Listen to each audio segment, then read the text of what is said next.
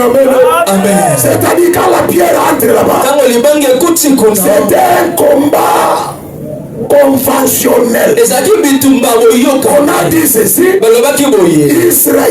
Israël, si vous nous battez, vous devenez notre tête, vous allez marcher à notre tête. Pour les Philistins, nous deviendrons le corps, vous serez la tête. Nous deviendrons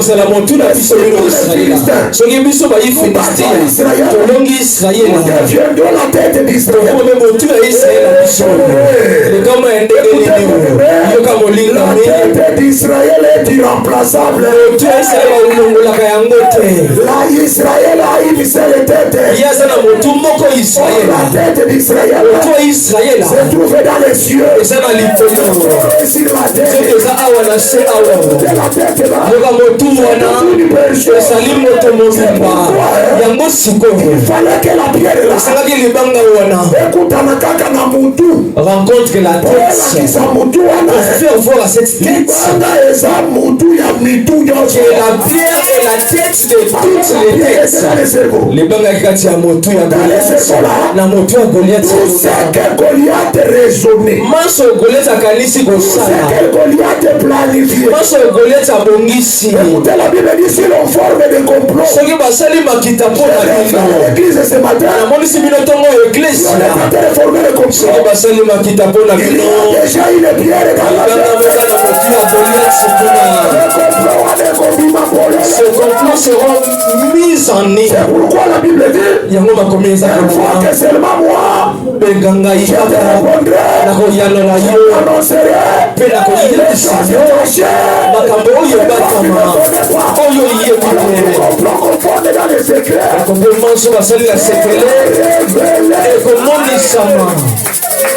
Amen, amen. Amen. Si tu t'approches seulement de la pierre, c'est fini, de la pierre que je parle ici.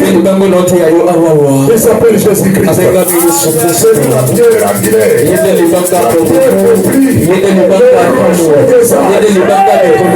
Qui a fait couler c'est Jésus-Christ.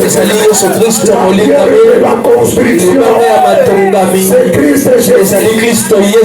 Amen, amen. C'est celui qui a écrasé. Vous voyez ça? Et quand maintenant on est en train de former des complots, il y a un homme qui dit ça ne vient pas de moi. Alors j'ai besoin premièrement de t'expliquer le moi là. Quand si l'on forme, ça ne viendra pas de moi.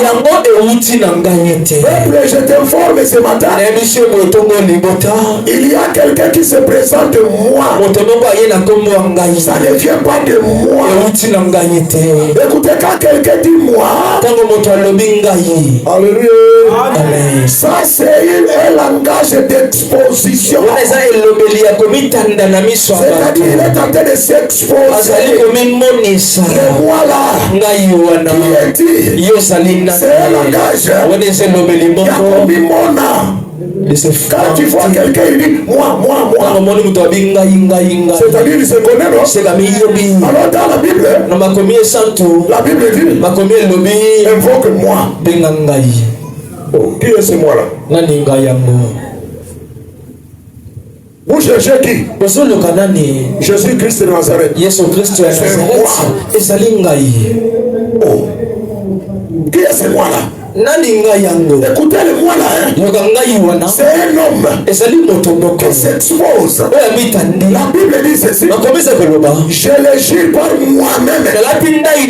Vous voyez ça? Le moi là il est en train de se cacher. Il dit je le jure par moi-même. Ça veut dire que je vais vous faire voir au-dessus de moi il y a personne. Quoi il dit? jure par moi-même. Sort de ma bouche. C'est-à-dire le moi là. Je l'aime bien aimé. Je te présente. C'est Paul qui nous présente. J'ai été crucifié avec Christ. Si moi je vis, ce n'est plus moi qui vis. C'est Jésus qui vit en moi. Alléluia. Amen. C'est-à-dire le grand moi. C'est le Seigneur Jésus-Christ. Pourquoi il dit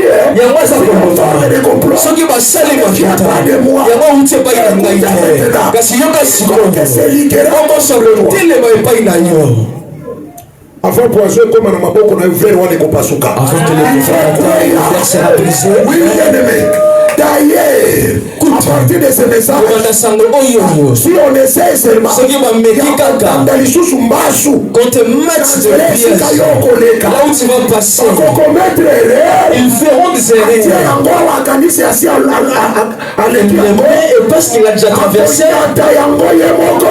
alors la Bible dit, c'est lui qui se liguera contre toi. C'est lui qui s'attaquera à toi. Il va sauter sur toi.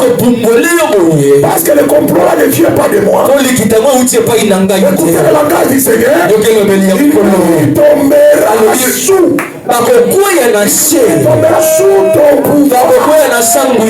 C'est-à-dire comme tu es là, tu as le pouvoir. Je te remets encore le pouvoir. Sois le pouvoir.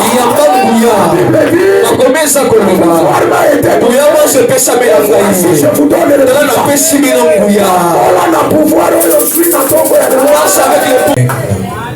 Quelqu'un qui a le pouvoir. Écoutez bien les mecs. Il dit ceci. À tous ceux qui l'ont reçu, à son nom, donner le pouvoir de venir nous devenons enfants de Dieu. Le pouvoir de nature. Ce pouvoir Amen. Ça fait m'ajouter comme si. Alléluia. Amen. Il nous a donné le pouvoir pour devenir enfants. Devenons des enfants de Dieu par le pouvoir. Amen, amen. La Bible dit qu'il tombera sous ton pouvoir. Amen, amen. C'est là que moi j'aime. Quand quelqu'un tombe sous ton pouvoir, sache ceci, automatiquement, il devient ton marchepied. Directement. Et le Seigneur a dit ceci. Allez, passe de ce côté. Parce que je fasse de tes ennemis.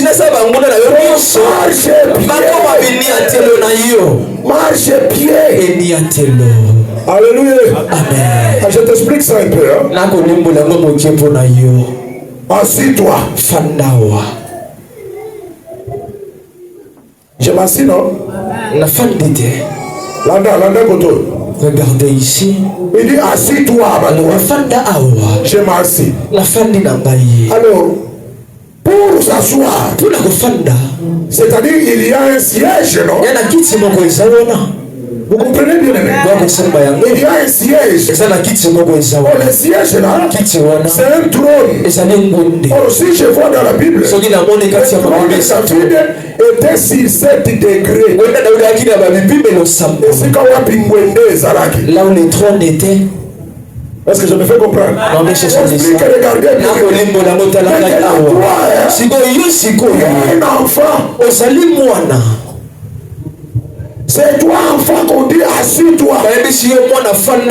Pour s'asseoir. Il faut ça la ligne. Tu dois faire quoi? Tu dois escalader. Amen. Amen, amen. Pour arriver là où se trouve les sièges. Oh, mon toi, assis-toi à ma droite. C'est lui qui t'a demandé de s'asseoir. Depuis qu'il est monté, il est assis là. Alors il te dit toi aussi assis-toi. C'est-à-dire tu dois connaître la sanction. Et quand il faut monter, alors écoutez bien aimé. Mais le Seigneur utilise ce langage. Je ferai de tes élites ton marche. Marche bien de yango et de cas facilement. C'est-à-dire quoi? Pour que moi, je me mette, il faut que je marche, je monte. Si le marche est bien, le Seigneur dit, je ferai tes ennemis qui ont comploté contre toi.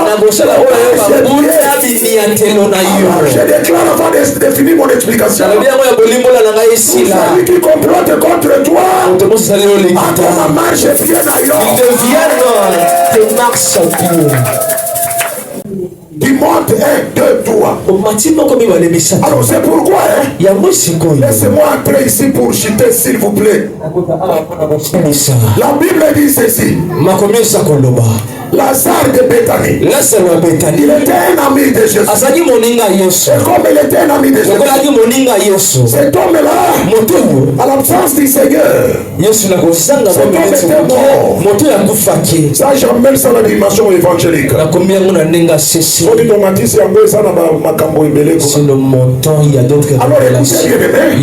Lazare était mort. Et quand Lazare est mort, Jésus est venu à sa tombe. Il a appelé cet homme-là et Lazare est ressuscité.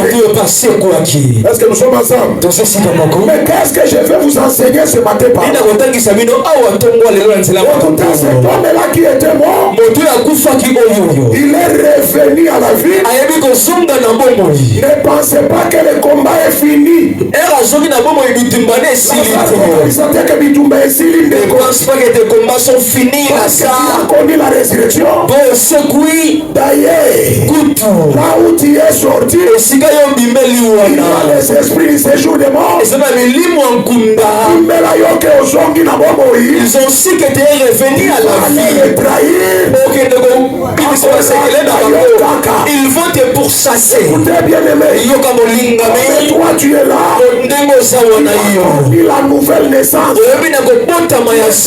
Dans les péchés. Quand Jésus t'a appelé,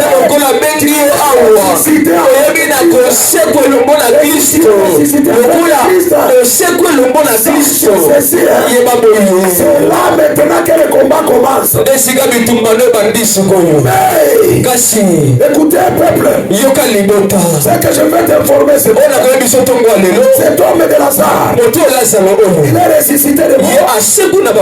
Il a compris quand le Jésus n'était pas là, la mort m'a visité. Lève ta main droite que je te bénisse. Seigneur te bénisse. Bénis en élevant seulement les mains. Si je te bénis, tu es béni. C'est la main bien-aimée.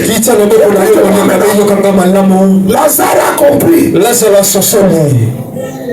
Alléluia. Suivez bien aimé Nangina Silisa. Je vais terminer. Que nous regardons tous et ensemble. On est en train d'éliminer tous les dangers. La Bible dit. Marthe dit à Jésus. Si tu étais là. Lazare ne devrait pas. Mais Lazare c'est-à-dire Jésus n'était pas. Alors quand Lazare est ressuscité, il a compris. Amen. La mort m'a visité. C'est quand j'étais loin de cet homme. Mais maintenant, cette fois-ci, il faut choisir la place. La meilleure place. Il faut qu'elle a changé. Je dois changer.